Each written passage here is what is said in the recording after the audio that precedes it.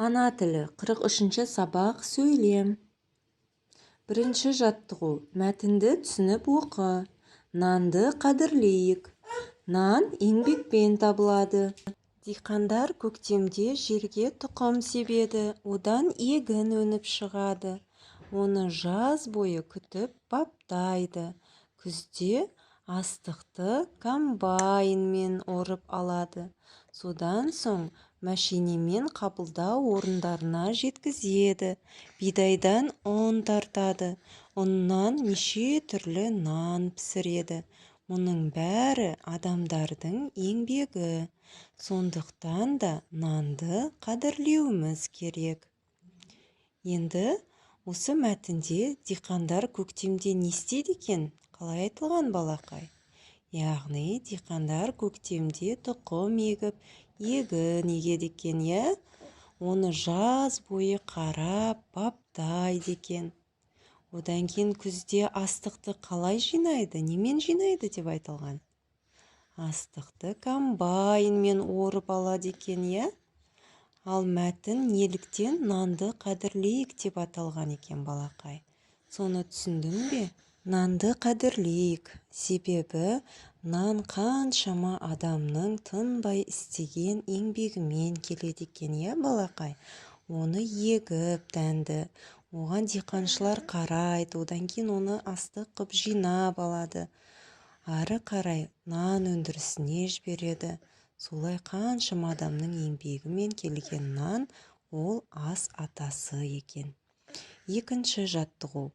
Орны ауыстырылып берілген сөздерден сөйлем құрап жаз дейді. Еңбек пен нан табылады. Оны сондықтан қадірлеуіміз керек. Әр сөйлем неше сөзден тұрады? Сөйлемдердің бірінші сөзі қандай әріптен басталып жазылған? Енді осы сөздерді ретімен жазса, қандай сөйлем шығады екен? Мысалға былай, нан еңбекпен табылады. Сондықтан оны қадірлеуіміз керек. Енді әр сөйлем неше сөзден тұрады екен балақай? Қарашы кәне, бірінші сөйлем 3 сөзден тұрады екен, Ал екінші сөйлем 4 сөзден тұрады екен, балақай? Сөйлемдердің бірінші сөзі қандай әріптен басталып жазылған? Қане қарап көрейікші. Үлкен бас әріппен жазылады екен, сөйлемнің басындағы бірінші әріп. Енді балақай астындағы ережені жаттап алайық, Сөйлем сөздерден құралады. Сөйлемдегі сөздер бір-бірінен бөлек жазылады екен, балақай? Осы ережені есіңде сақтап ала ғой. Келесі үшінші жаттығу. Сөз жұмбақты шеш дейді. Дәнді дақыл бірінші сұрағы. Екіншісі жер жыртатын құрал. Үшіншісі астық кептіретін орын.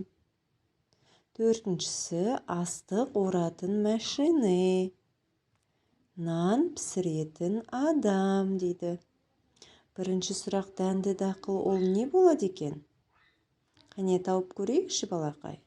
Ол тары болады екен, Жер жыртатын құрал соқа, астық кептіретін орын қырман, астық оратын машине ол комбайн екен.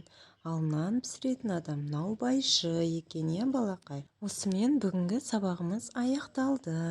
Жарайсың балақай, сен озат оқушы болуға әбден лайықсың. Сабағыңды озат оқып, жақсы оқушы бол. Сенің жақындарың сенімен мақтан етеді. Біздің каналға жазылып лайк басуды ұмытпа.